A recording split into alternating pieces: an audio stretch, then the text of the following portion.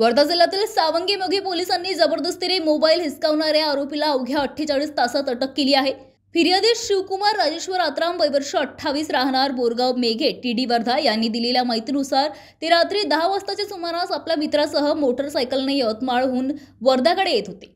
सेलसुरा पूल उतरत असताना अचानक एका अज्ञात मोटरसायकल स्वाराने येऊन त्याच्याशी वाद घातला आणि फिर्यादीचा 9,000 किमतीचा विवो कंपनीचा मोबाईल जबरदस्तीने हिसकावून घेतला। घटनेची गंभीरता लक्षात घेतात प्रभारी ठाणेदार पंकज वाघोडे यांच्या मार्गदर्शनाखाली सावंगी मोगी पोलिसांनी तपास सुरू केला।